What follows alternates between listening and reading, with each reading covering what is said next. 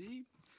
Monsieur le Président, Monsieur le rapporteur, Mesdames et Messieurs les députés, plusieurs points méritent une attention particulière dans la mesure où le projet de loi qui est soumis à vos suffrages ne vise pas simplement quelques aménagements marginaux du Code civil concernant le droit de la famille, mais un changement plus profond et radical qui touche à l'équilibre général des relations sociales, un nouveau modèle de société selon les propos de Madame la garde des Sceaux. Avant de vous présenter ces points d'attention, je voudrais soulever une question plus générale. Est-ce que le droit peut se contenter de régler des situations privées? La législation sur la famille est-elle simplement un arbitrage offert pour éviter que les crises relationnelles ne deviennent excessivement violentes ou nocives pour les individus? Je reconnais très volontiers que c'est une mission légitime du législateur que d'assurer les conditions pour éviter que des crises familiales ne se transforment en désastres, mais je redouterais que la législation se contente d'être l'aménagement des états de fait. Dans une société démocratique comme la nôtre, le législateur n'a pas simplement une fonction d'enregistrement et de légalisation d'une multitude de cas particuliers qui sont nécessairement impossibles à élever au cas général qui normalement relève seul de la loi. La loi vise à une certaine universalité et doit normalement concerner le plus grand nombre des citoyens. L'idée que la légalisation de situations particulières pourrait être un moyen de leur donner une reconnaissance me semble un abus, en ce sens que le droit ne serait alors que l'habillage d'une promotion éthique. Il me semble qu'il conviendrait d'agir de manière très prudente dans ce domaine, et on voit bien qu'un certain nombre de demandes et d'attentes ont pour but principal la reconnaissance officielle d'un statut particulier. J'en viens maintenant au point que j'ai évoqué tout à l'heure. Le premier, l'intention d'un dispositif pour plus d'égalité me semble reposer sur une confusion, dans la mesure où il n'y a ni inégalité ni injustice juridique dans les différences factuelles. Quels que soient les dispositifs législatifs, les partenaires de même sexe resteront dans l'incapacité d'accéder à la procréation qui suppose la bisexualité, si bien que l'identité de situation restera à jamais impossible. Est-il très juste et honnête de laisser croire qu'un changement législatif va effacer les différences?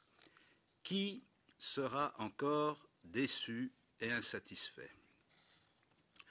Deuxième point, une nouvelle définition du mariage changerait pour tous la fonction sociale de cette institution en la transformant en reconnaissance de situations particulières et de sentiments personnels. Ce changement serait directement perceptible par chacun dans les modalités d'établissement de l'état civil, déclaration, établissement de papier, dénomination des parents, établissement et authentification de la filiation, etc. La privatisation de l'acte social qu'est le mariage produirait encore un affaiblissement supplémentaire de la cohésion sociale. La loi doit-elle s'engager dans la gestion des orientations et des sentiments particuliers, surtout pour une faible minorité? Troisième point, toute la jurisprudence française des procédures d'adoption est fondée sur l'intérêt supérieur de l'enfant. Or, on est frappé ici par l'absence de référence aux conséquences prévisibles pour les enfants, comme si le projet ne visait qu'à satisfaire les attentes des adultes, auxquels, par ailleurs, il semble reconnaître un droit à l'enfant. L'absence complète de référence aux droits de l'enfant, en particulier celui de connaître ses origines réelles et d'être élevé par ses parents, l'effacement complet de la référence biologique et symbolique au profit de la référence sociale déstabilise les instruments d'identification de la filiation. Quatrième point, la question des aménagements légaux pour la gestion sereine des situations d'enfants de ménages homosexuels n'est pas posée avec clarté et précision. Aujourd'hui, la majeure partie de ces enfants ne sont pas des enfants adoptés, mais les enfants de l'un des partenaires, et ils peuvent par ailleurs identifier leur deuxième parent ou connaître son existence. Cinquièmement, sous prétexte d'égalité, le projet de loi, s'il est adopté, va donc susciter de nouvelles discriminations. D'abord entre les enfants, dont les statuts seront différents, et on sait combien ces différences sont sensibles aux enfants.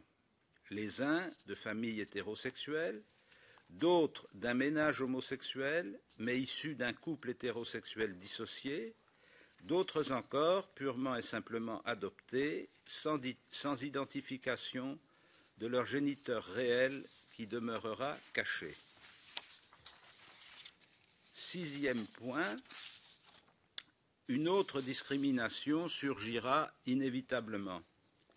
L'intention exprimée d'un certain nombre d'élus et d'associations d'obtenir l'accès à la procréation médicalement assistée aboutirait un jour ou l'autre, puisque l'on se situe dans la logique d'un droit à l'enfant.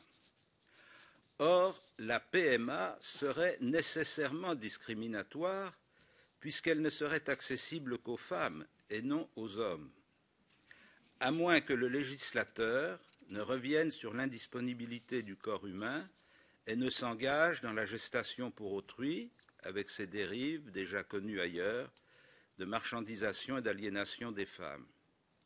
Il ne suffit pas de repousser cette question à un autre projet de loi pour y répondre.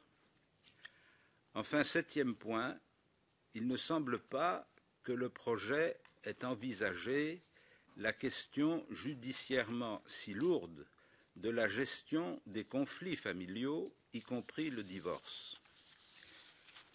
Compte tenu de l'ampleur et de la gravité des questions posées, il me semblerait plus prudent d'examiner à nouveau les possibilités légales de gérer les situations litigieuses sans entrer dans une réforme aussi ambitieuse et hasardeuse. Je vous remercie. Merci beaucoup.